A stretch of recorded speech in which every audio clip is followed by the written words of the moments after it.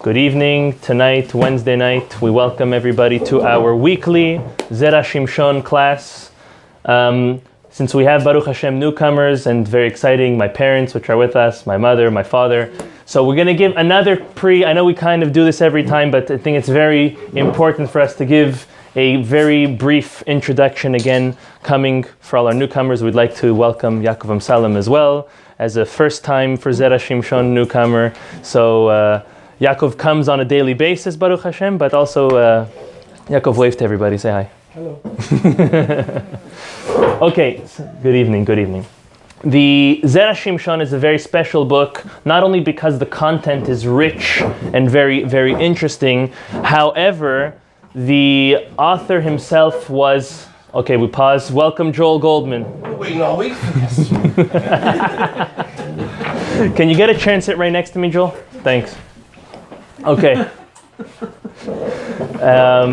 The author himself is very, very interesting. Okay, you know what we're going to do? We're going to pause it. Pause. Yeah, pause. Can you turn on the AC? It's in this hallway. Okay, good evening. Welcome to our Wednesday night weekly shiur on the Zera Shimshon. We'd like to welcome everybody that is here. We're going to give another quick introduction to the book, to the very special sefer that we are learning. Not only because its content is very special, however, also the author himself was a very special person. The author was born in the beginning of the 1700s, and he was born and raised and lived in Italy. He passed away at the Rabbi Shimshon Chaim Nachmani. Rabbi Shimshon Chaim Nachmani. Obviously, Sephardic descent, Italian. Now, he was very special in that he was one of the very few rabbis which were able to not only be the rabbi of one community, not only of one city, but at a certain time, 4 cities simultaneously. So personally, as I said this joke before, personally taking care of one synagogue, I understand how hard it is. Imagine a city and imagine 4 cities.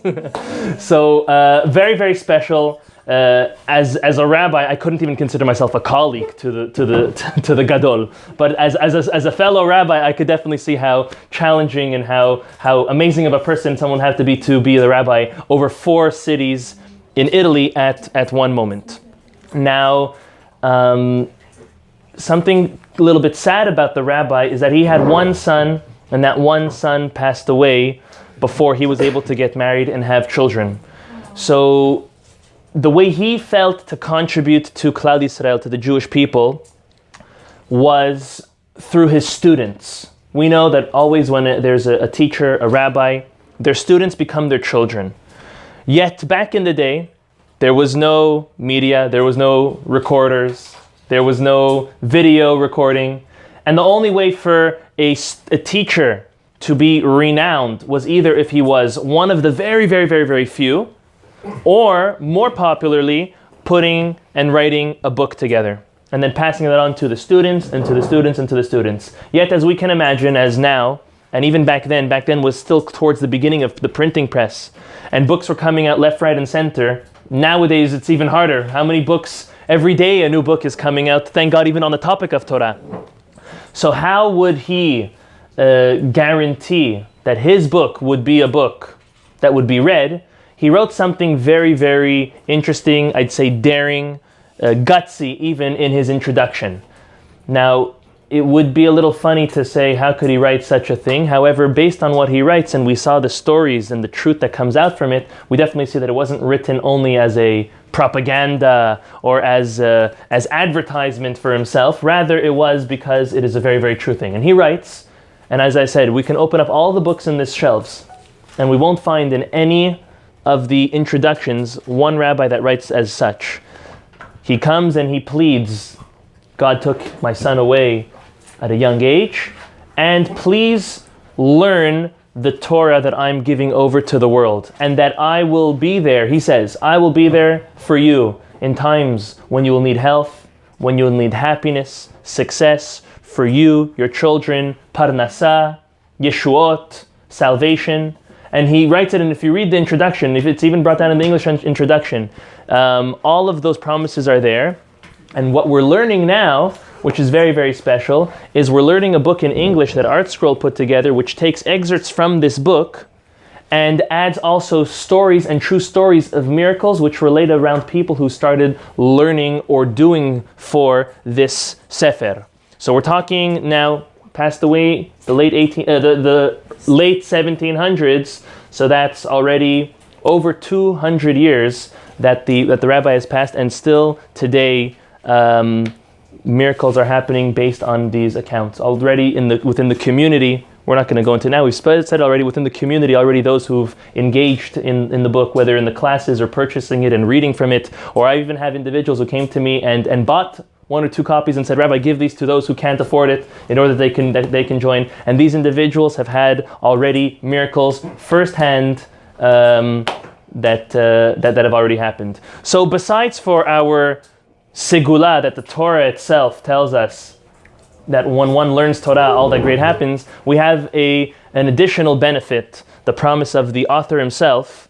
Now this might sound a little heebie-jeebie to some others, to others not. It doesn't matter. At the end of the day, we're going to enjoy ourselves. And if we have a good segula that comes out of it, why not? And let all the learning obviously be in the merit of the great and holy author, Rabbi, again, we know, Rabbi Shimshon Chaim Nachmani from Italy. And his grave is in Italy? Yes, I think they have found his grave. Yes. He had only 2 children? One son that unfortunately passed away young. Yeah. Okay, we're going to jump right into this week's parasha, as the author does as well. Abraham is about to have his 10th and final test. And this was a very, very strong and hard test.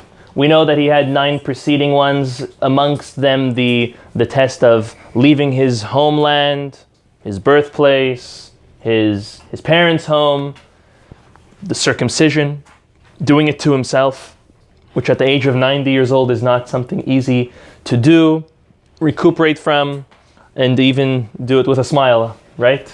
And he did it fully believing, kicking out Ishmael, kicking out Hagar, having the famine in the time when he came to Israel. And he definitely did not have an easy run with all of these tests. However, in this specific test of the Akedat Yitzchak, the moment where he's about to sacrifice his son, and I'll quote to you the verse in the Torah. It says, Vayomer, if anyone has the book, it's on page 76, you could see the verse. Vayomer al tishlach yadecha lanar ve'al ta'as lo me'uma. So Abraham is about to sacrifice his son. We've mentioned this before. Abraham tells Isaac, we are going to make a sacrifice to God. And Isaac asks Abraham, Abba, where's the sacrifice? I don't see any animals. Hashem will show us the sacrifice. They get there, don't worry, Hashem will show us the sacrifice, my son, alluding to my son, you are the sacrifice. But anyways, moving up, going there. Abraham is no less than 137 years old, and his son Isaac is 37 years old. Now Isaac's getting a whiff of what's going on, and okay, I guess it's me.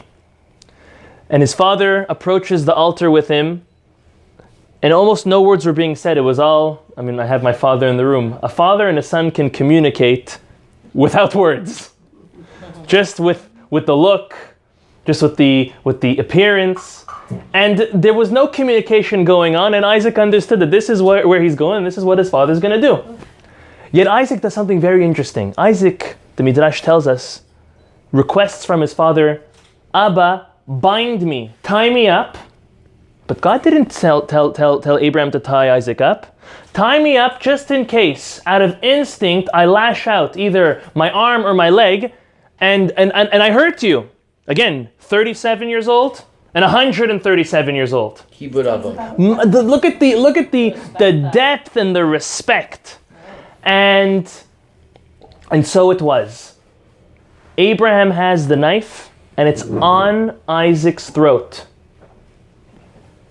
And at that moment, Abraham hears God telling him, don't don't send your hand to the child, right? Again, 37 is not a child, but compared to 137 is a real child. Don't send your hand to the lad. Don't do anything to him. Now look at the word. Ki ata yadati. Because now God tells Abraham, I know ki yireh Elohimata, that you are God-fearing. Velo hasachta et bincha et yechidecha mimeni, and you did not withhold your son, your one and only, your precious, your perfect Isaac from me. And therefore don't do it. To the point where, as we read every single morning, Abraham didn't believe it was happening.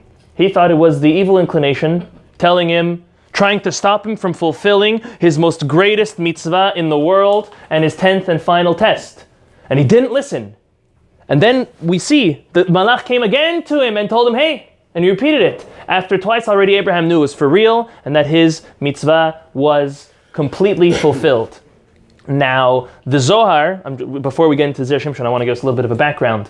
Generally speaking, we're going to be basing ourselves on what the Zera Shimshon says in the English book over here, so everyone can prepare and review. But in order to make it a little interesting, I'm obviously going to add a little bit of background. So, the Zohar tells us that God considered the sacrifice or the willingness of Abraham to sacrifice Isaac as if it was done. Okay? It's and as we say in the prayer in Shacharit, Ki'ilu afaro munach sham, right next to the Mizbeach. It's as if the ashes of Isaac, not only was he slaughtered, but he was burnt. And his ashes are there, and it's there right at the altar. But it never happened. According to the Zohar, God accepted so much this willingness and devotion of Abraham that it's as if it was done. So amazing. Now the Zera Shimshon, as we see in the past couple weeks, what he does is he asks a question on why did the verse use this terminology, and actually today, both times it's what he does. Why did the verse use this terminology to explain something that it could have explained in a much easier or different manner? He asks as follows, why this time? Why is it by the 10th and final test? Now God says he knows. Not the first, second, third, all first 9. It wasn't enough to prove his willingness and his commitment to God. It had to be this last and 10-1, as he says, Ki ata yadati. It should say Ki yadati, now I know. No, now. God said, now I know that you are 100% committed to me. Zera Shimshon's bothered. Why now? And then he ends off the last word in the pasuk. Anyone who looks, it says, "Mimeni velo hasachta et bincha et yechidecha mimeni." You did not withhold your son. You could have stopped there. You didn't hold your son. Why did you have to say you didn't withhold your son from me? So he's bothered with the added word at the last part of the pasuk, as well as now. Why now and not before? The Zera Shimshon explains as follows. And this is a classic and very important concept that we all know, and then he takes it and he builds on it. He says, Abraham personified the trait of Hesed. Hesed, as we all know, means actions of loving kindness. Doing for others. Doing for others the way that they want to be done for. If a person does not like dairy, you're not fulfilling your mitzvah of chesed when you make them a lasagna, a dairy lasagna, or a cheesecake. They don't like it. I'm not going to say it's worth nothing, but it's not the optimal, proper way to do chesed. Abraham lived, he breathed chesed every moment, whether it was feeding others, whether it was giving others shelter, whether it was being there as a shoulder to cry on, as a social worker, as one who would illuminate and inspire many to connect to the Creator God, the one and only. He's the one who introduced that to the world. And every moment of his life was dedicated towards chesed, doing actions of loving kindness for others. If so, one might say, the Zera Shimshon says, look at how good this is. One might say the only reason why he did and he passed all of these tests is because it's his natural nature. He was born that way. Look at it. From a young age, along his whole life, decades and decades and decades, over a century, he's proven himself to be a good guy, an obedient individual. So it happened to be that he met God, and just as he was obedient to all others and did chesed for all others, he's doing it for God also. All the more so should he do it for God. And everyone would say, he's really not that committed, and all the more so, he doesn't deserve all of the rewards and merit that God is promising him. And to that, when Abraham finally comes and willingly makes that decision that he is going to sacrifice his son, he has proved it to himself, to God, and to the world forevermore that he's doing it for one and one reason only, and that's because God said so. And the Zera Shimshon says, you know how he proves that? Because what's the opposite of chesed? Cruelty. Sacrificing an individual, all the more so one's own child, is pure cruelty. Furthermore, in the time that Abraham was living, and the time and the society he grew up in, it was common for fathers to sacrifice their children. And now what? Him, the one who defied his own father and his whole society, and Nimrod, and was saved by God to do so. Now his own God, who denied all of that, is telling him to do that exact same thing? It's the biggest question. It's like a midlife, but it's more than midlife. It's like 137 years old. It's like a near end of life crisis. It's an identity crisis. Who's my God? Who am I? What are my beliefs? Yet Abraham did it, 100% convinced this was the will of God, and that's it. That's why the Zera Shimshon says, Ki ata yadati. Now, after I've made you bend over backwards against your nature. Because you can't say sacrificing your own son is your nature. You can't say that's the nature of chesed. Now God said, I know you're committed, and I know, and we can prove to you, to everyone else, and forevermore, that you deserve the merits and the blessings that are promised over here. That's a fascinating concept that he says, and I'd like to expound on it just a moment. Can someone just pour me a glass of something to drink? Thank you.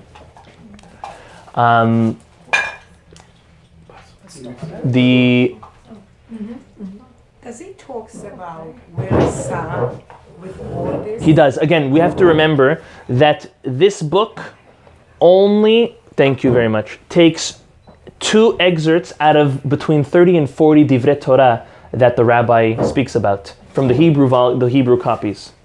So in this week it didn't bring it out, but I'm sure he does. Everyone does. It's not like it's not spoken about. Baruch atah Adonai Eloheinu melech haolam she'akol nהיה